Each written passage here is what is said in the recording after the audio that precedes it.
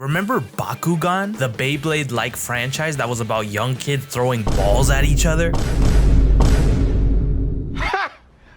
What Pokemon was to 90s kids, Beyblade and Bakugan was that for 2000s kids. It was that simple. The original Bakugan Battle Brawlers anime is one of my favorite childhood shows. The tone it set straight out of the gate was immaculate. Our main protagonist for the show, Dan Kuso, is such a Chad, but also such a dickhead at the same time. I'm the master of Subterra space. I've never heard of Subterra before. Great, how am I supposed to battle against a beast that doesn't even exist?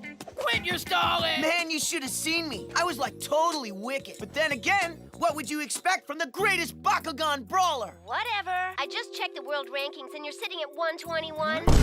That's impossible, Runo. They pretty much struck gold, getting the direction of Mitsuo Hashimoto, who is known for his works on the Dragon Ball franchise, Initial D, and Beyblade. The show's storyline is pretty simple. Kids around the world suddenly notice millions of cards raining down from the sky.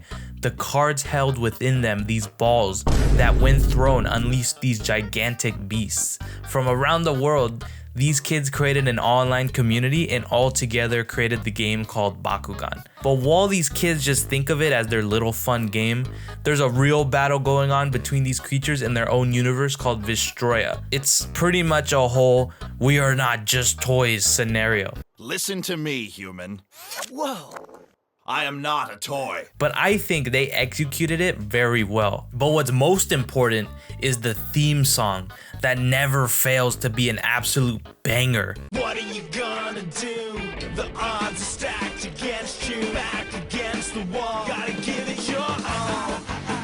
Two worlds collide on the inside. I love when shows just make you more excited to play with the toys. Shows like Pokemon, Yu-Gi-Oh, and Beyblade. And the toys were very similar to the show. A core memory of mine is my parents surprising me with Max's Drago, which is basically just this giant figure that was made of a bunch of Bakugan put together. It was dope. The idea for Bakugan was created by Aldrich Saussure. He wanted to come up with a new toy idea.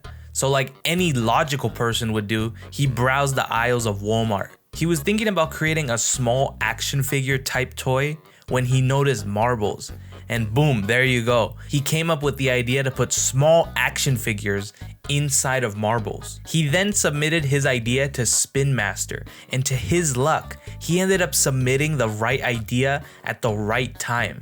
Because at the same time, executives at Spin Master were already in the process of trying to figure out the marble of the 21st century. So when they were shown Saussure's idea for Bakugan, they immediately accepted it. Spin Master looked at his ideas and began to create prototypes from it, but they weren't able to create something that they were satisfied with. So they went to Sega Toys in Japan. And of course, the goats over in Japan, like usual, saved the American company's ass and were able to create the entire Bakugan system. So there, they have the toys. Perfect, right? But the executives at Spin Master also saw opportunity to create a TV series revolving around the toys. The series lasted from 2007 to 2011, which lasted about 4 seasons, but a total of 189 episodes. That's crazy. And while every season was pretty good, the only thing I don't like about early 2000s cartoons is how they feel like they have to always heavily reinvent itself every season. They completely change the look of the characters and the tone of the show every season. And in a sense, it loses the original charm it had from the beginning, and the original charm that caught the entire fan base's attention. But it's still goated, of course. But the funny thing is that when this anime could have been this giant harem, like bro constantly had chicks around him talking about balls, but all dude could worry about was his little red ball Drago. And I think that's a funny aspect I liked about it growing up. Just watching the banter between Dan and his Bakugan Drago, and how Drago is constantly cooking him. And if you just talk to me, well, maybe I might. Cease your scrubbing, human. I am not your toy. Whoa, you scared the crud out of me. But I knew it, you can talk. Listen up, guys, he can talk. My Drago just talked to me, did you hear? But let's go back to the toys, because the toys themselves were the main selling point. These toys were so well designed, and the mechanics all worked how they were supposed to. You had these heavy and solid feeling magnetic cards, and the bottom of the Bakugan also had magnets on them. So when you threw your Bakugan towards it and the magnets made contact, your Bakugan would pop open. This alone is such a cool concept, and the cards being heavy and magnetic didn't make it feel like just another card that would get lost or thrown away. And since these Bakugan were pretty much just magnets, I remember sticking them all over my fridge or any type of magnetic surface I could find. They even had McDonald's versions for the kids that couldn't afford the real ones. This is ass. But not only did Bakugan have a great lineup of toys and a solid TV show, it also had an absolutely goated video game.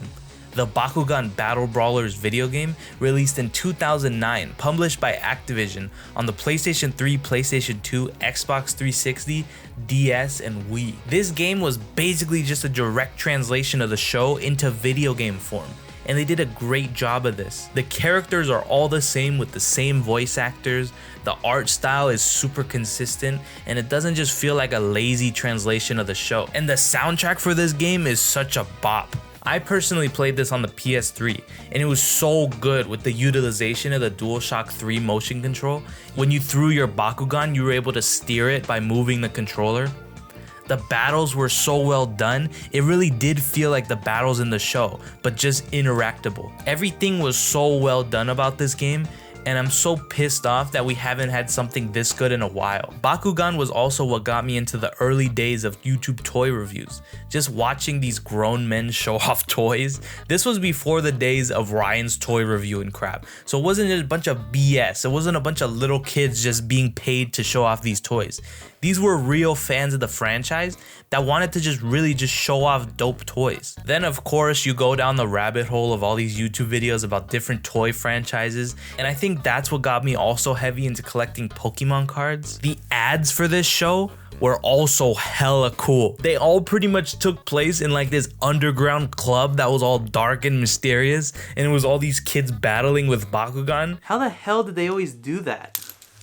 It really made Bakugan feel like badass on TV, and every time I saw these ads, I was like, damn, I have no friends. And in 2019, Bakugan was rebooted with a new series and a new line of toys, but it just didn't hit the same. And I'm not just saying that because I'm blinded by nostalgia.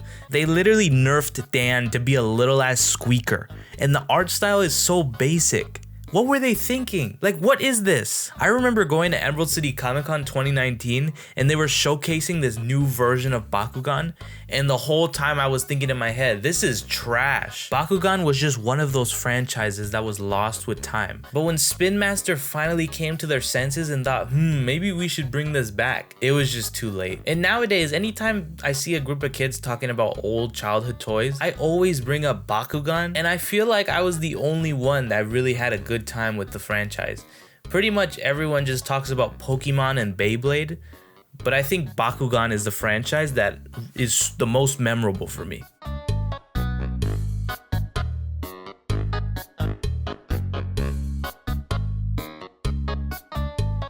I have hella balls. Look, I even have like titty sized ones.